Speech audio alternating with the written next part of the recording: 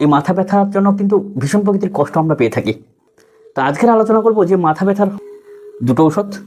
তো একটা ঔষধ হচ্ছে সব থেকে বেশি কার্যকরী, এরকম লক্ষণটা বেশি পাওয়া যায়, আর কেমনভাবে খাবেন অর্থাৎ সেবন করবেন এবং কতদিন নেবেন। নমস্কার বন্ধুরা, কেমন আছেন সকলে? আশা করি সকলে খুব ভালো আছেন এবং যাতে করে আগামী দিনে আপনারা ভালো থাকেন এবং সুস্থ থাকেন, সেই উদ্দেশ্যে আমার এই চ্যানেলের মাধ্যমে আমি বিভিন্ন প্রকার রোগ ও তার হোমিওপ্যাথি ঔষধ, কোন ওষুধ কতদিন খাবেন, সমস্ত কিছু আলোচনা করার চেষ্টা করি। ঠিক সেরকম আজকের গুরুত্বপূর্ণ একটা বিষয় সম্পর্কে আলোচনা করব, রোগ এবং রোগের ঔষধ। সেটা হচ্ছে কি, এই যে মাথা ব্যথার ঔষধ,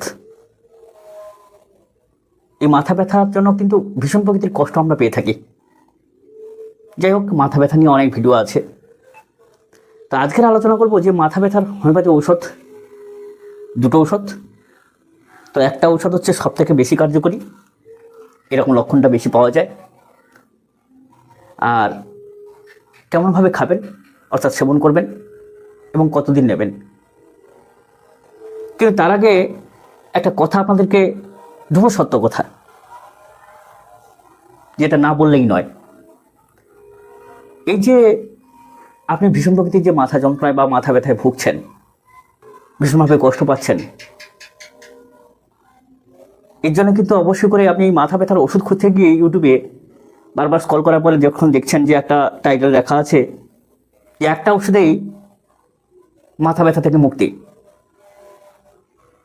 এই যে টাইটেলটা কতটা সত্যি বা এই ভিডিওগুলো কতটা সত্যি, তার যাচাই প্রক্রিয়া সম্বন্ধে বা বাস্তব কতটা ঠিক, সেটা এই ভিডিও শুনলে আপনি বুঝে যাবেন।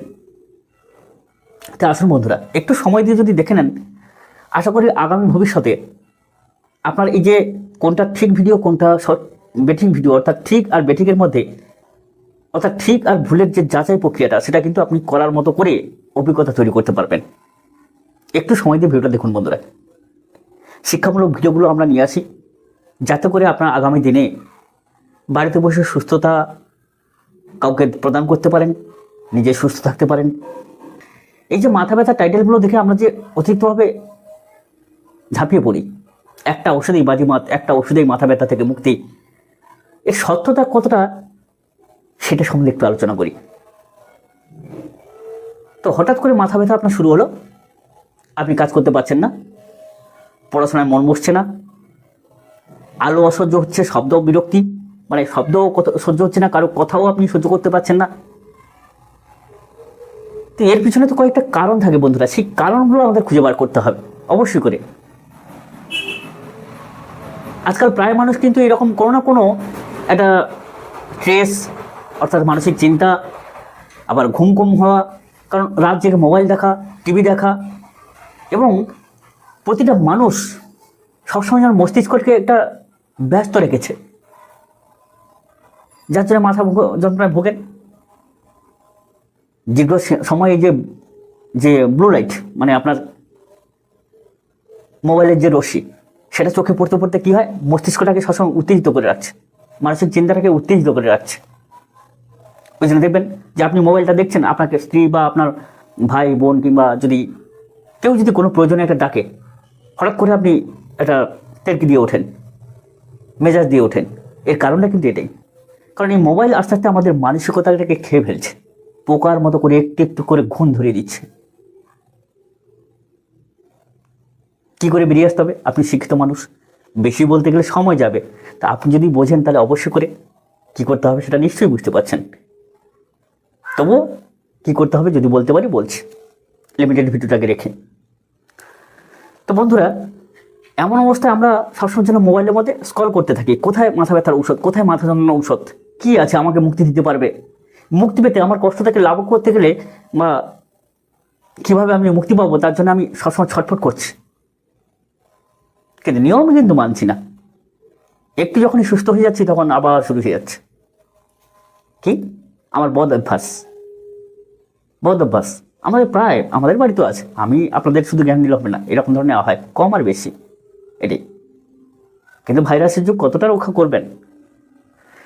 যাই হোক, শুনতে যতটা ভালো যে এই যে এক মুহূর্তের জন্য এক ফোঁটাতেই কিংবা একদিনেই একটা ওষুধেই এই মাথা ব্যথা থেকে আপনি মুক্তি পাবেন, ততটা কিন্তু সহজ নয় বন্ধুরা, খুব কঠিন। কারণ হোমিওপ্যাথি চিকিৎসাটা হয় লক্ষণ ভিত্তিক। আজকের আপনি ওষুধটা নিচ্ছেন, যে সমস্ত ওষুধটা টাইটেলে রাখা আছে একটা ওষুধে, সেগুলো কিন্তু পেন কিলার টাইপের, আর সেগুলো কিন্তু শরীরের মধ্যে ক্ষতিকারক। এই যন্ত্রণার ওষুধে কতক্ষণ আপনার এই যে কষ্টটাকে বা যন্ত্রণাটাকে লাঘব করবেন, প্রকৃত লক্ষণ ভিত্তিক ওষুধ চাই। আর ওই জন্য বলি, আমাদের প্রত্যেকটা ভিডিওগুলো দেখে যেরকম লক্ষণ ভিত্তিক বলছি সেইভাবে আপনি খাতায় নোট করবেন। ওই জন্য আমরা যখন একটার জায়গায় 4টে ওষুধ বলি, আপনারা বলেন যে এতগুলো ওষুধ খাবে কি করে? আর লক্ষণ ভিত্তিক তো বলি, আপনার কি স্বাভাবিক এইটুকু মস্তিষ্কে খাটে না যে এগুলো লক্ষণ ভিত্তিক বলা আছে, আপনার যেরকম লক্ষণ মিলবে আপনি সেরকম খাবেন? আপনাকে যদি টাইটেল বলি যে একটা ওষুধেই আপনি বাজি মাত হয়ে যাবে এই 2 ফোঁটা খেলেই, তখন আপনি ছুটে গিয়ে বাজার থেকে কিনে আনছেন। কোনোদিন হতে পারে? একটা ওষুধের সবার ক্ষেত্রে হতে পারে? তাহলে বাজারে এত ওষুধ বেরিয়েছে কেন? এত বই দিয়ে পড়াশোনা করতে হচ্ছে কেন? যাই হোক, যত মদ আর তত পথ, কিন্তু সব কিছুতে নিতে গেলে যুক্তি দিয়ে নিতে হয়, তবে কিন্তু গ্রহণযোগ্য হয়ে ওঠে। যাই হোক, আসুন এবারে বলি, কেন একটা ওষুধ সবার ক্ষেত্রে সমান নয় আর একটা ওষুধ সবার রোগ সারাতে পারে না? কারণ ধরনটাই যে যার আলাদা। কারণ আপনি সেই ওষুধটা খেলেন, কিন্তু সেটা সবার ক্ষেত্রে কাজ করবে এমন কোনো কথা নেই। কারণ কিছুদিন খাওয়ার পরে দেখা গেল যে কাজ করছে না। বা একটা পেন কিলার আপনি খাচ্ছেন, কি যন্ত্রণা ওষুধ খাচ্ছেন, বেশ কিছুদিন খেলেন, তারপর দেখা গেলো হিতকে বিপরীত হয়ে গেল, আর সেই ওষুধটা কাজ করছে না বা সেই পাওয়ারটাও কাজ করছে না। কারণ প্রত্যেক মানুষের ধরন, রোগের তীব্রতা সব কিছুটাই আলাদা। আপনার মাথা ব্যথা, আমার মাথা ব্যথা সব একই হতে পারে?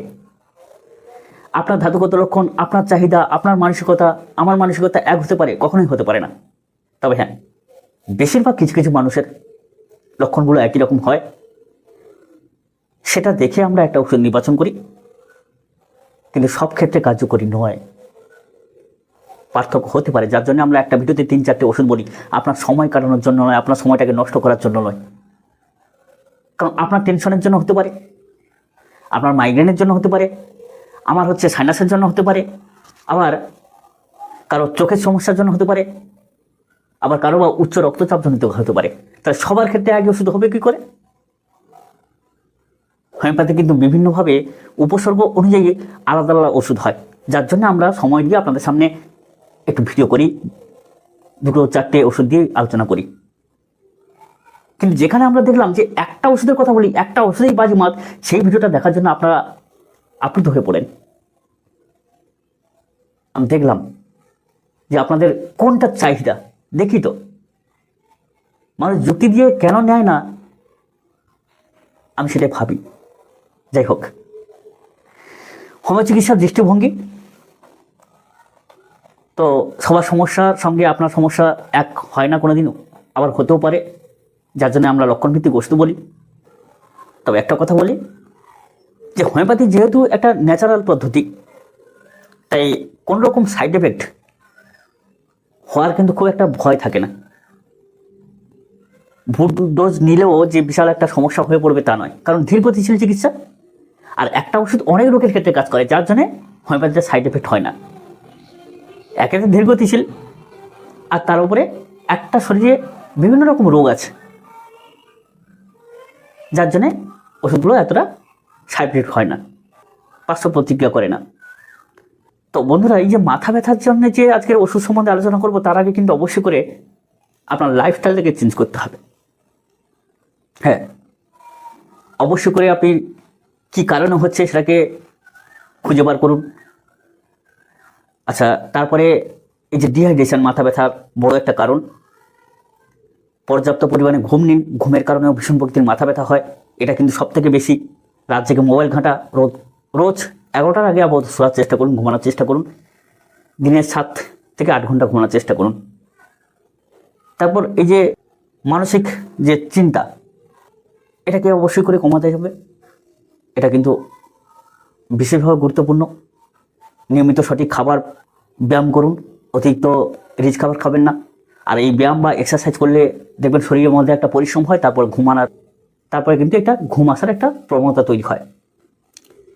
এছাড়া কী করতে হবে, যে রাত্রিবেলা যখন আপনি রাত্রের আহারটা শেষ করলেন, আহার শেষ করার পরে ভালো করে একদম পাছা থেকে মানে পা থেকে একদম পাছা পর্যন্ত উরু টুরু নিয়ে একদম ঠান্ডা জলে, শীতল জলে একদম ধুয়ে ফেলুন। বগল থেকে একদম হাত টাত ভালো করে ধুয়ে ফেলুন। আর গলায় ঠান্ডা জল দিন, চোখে মুখে ঠান্ডা জল দিন। দিয়ে কী করবেন, আবার তো 15 থেকে 20 মিনিট একটু হাঁটাচলা করবেন। যদি আপনি শহরের মানুষ হন ছাদের উপরে চলে যান, গ্রামের মানুষ হলে একটু রাস্তায় হাঁটুন। এক মনে হাঁটতে থাকুন, দেখবেন আপনার ঘুম অবশ্যই করে আসবে।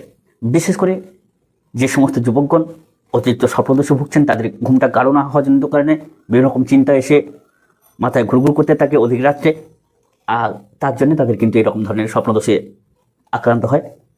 দিনের পর দিন যখন এই রোগটা চলতে থাকে তখন কিন্তু আরও গুরুতর আকার ধারণ করে। তা অবশ্যই করে আপনারা বিশেষ করে যুবকগণ এরকম রোগে ভুগছেন, নাইট ফলস রোগে, অবশ্যই রাত্রে করে শুতে যাওয়ার আগে মানে আহারের পরে ঠান্ডা জলে ভালো করে সুন্দরভাবে চোখে ঝাপটা টাপটা দিয়ে এরকম হাঁটতে থাকুন। আর একটা কথা বলি, রাত্রে হালকা খাবার খাবেন, পেট খালি রেখে খাবেন, কারণ এটা অত্যন্ত জরুরি। বিশেষ করে যে সমস্ত বিবাহিত যুবকগণ বা প্রত্যেকটা মানুষের ক্ষেত্রে উচ্চ রক্তচাপ থেকে বিবাহিত জীবন থেকে প্রত্যেকে রাত্রে একটু খালি পেট থাকা উচিত, নাহলে সমস্ত কাজে কিন্তু কষ্ট হবে। মানে আপনি যেটা করতে চাচ্ছেন যৌবন বয়সে, অর্থাৎ স্ত্রী পুরুষের যে জৈবিক নিয়ম সেটাও করতে কষ্ট পারবেন না। আর উচ্চ রক্তচাপ যাদের আছে তাদের ক্ষেত্রেও অবশ্যই করি, কারণ রাত্রে আমরা তো অক্সিজেন কম পাই, যার জন্য আমাদের হজম ক্ষমতা কম হয়, মানে কমে যায়। তো যাই হোক, বুঝতে পারলেন কী কী করা উচিত। এবার আসি দুটো ওষুধের কথা, যে সমস্যাটা বেশিরভাগ ক্ষেত্রে আমাদের হয়ে থাকে। তো প্রথম যে ওষুধটা, বেলোডোনার লক্ষণ। কেন না, কেউ কিছু বললে সহ্য হয় না, শব্দ সহ্য হয় না, এমন প্রকৃতির মাথা ব্যথা যন্ত্রণা, চোখ মুখ লাল হয়ে যায়, কেউ কিছু বলে রাগান্বিত ভাব, মাথা যেন বা কপালটা যেন ফেটে যাবে এরকম ভাব। যদি কোনো মানুষের এরকম রাগান্বিত ভাব, শব্দ সহ্য হয় না, কথা সহ্য হয় না, গায়ে কেউ যদি হাত দেয় সহ্য হয় না, মোবাইলটা আপনি এরকম ঘাটছেন বা এরকম আছে, কেউ যদি গায়ে হাত দেয় সঙ্গে সঙ্গে তেরকি মেরে ওঠেন, রাস মেরে ওঠেন, এটা বেলোডোনার লক্ষণ। যাই হোক, উচ্চ রক্তচাপ থাকলে তাও বেলোডোনার লক্ষণ বেশি পাওয়া যায়। তো বেলোডোনার লক্ষণ হচ্ছে মাথা গরম আর ব্যথা, আর সঙ্গে এরকম ধরনের যদি চোখ মুখ লাল থাকে। তো এই 4-5টা যে লক্ষণ বললাম, তার মধ্যে যদি দুটো লক্ষণ মিলে যায় সেখানে আপনি অবশ্যই করে বেলোডোনাকে দিতে থাকুন। আর গ্যাসের সমস্যা হলে বেলোডোনাও দারুণ কাজ করে। যাই হোক, এই বেলোডোনা 30 পরে নিচ্ছি, সকাল বিকাল, সকাল দুপুর সন্ধ্যা। যদি অতিরিক্ত তীব্র থাকে তাহলে দিনে 3 বার দেবেন, নাহলে 2 বার করে দেবেন।